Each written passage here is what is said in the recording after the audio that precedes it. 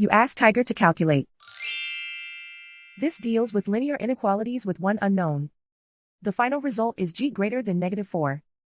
Let's solve it step by step. Group all constants on the right side of the inequality. Subtract 4 from both sides.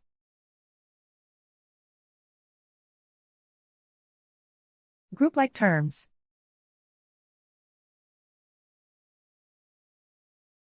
Simplify the arithmetic.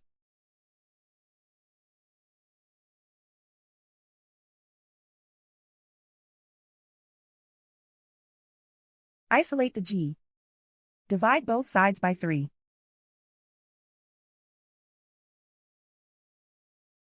Simplify the fraction.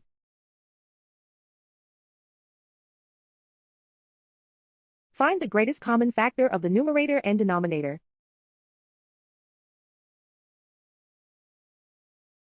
Factor out and cancel the greatest common factor.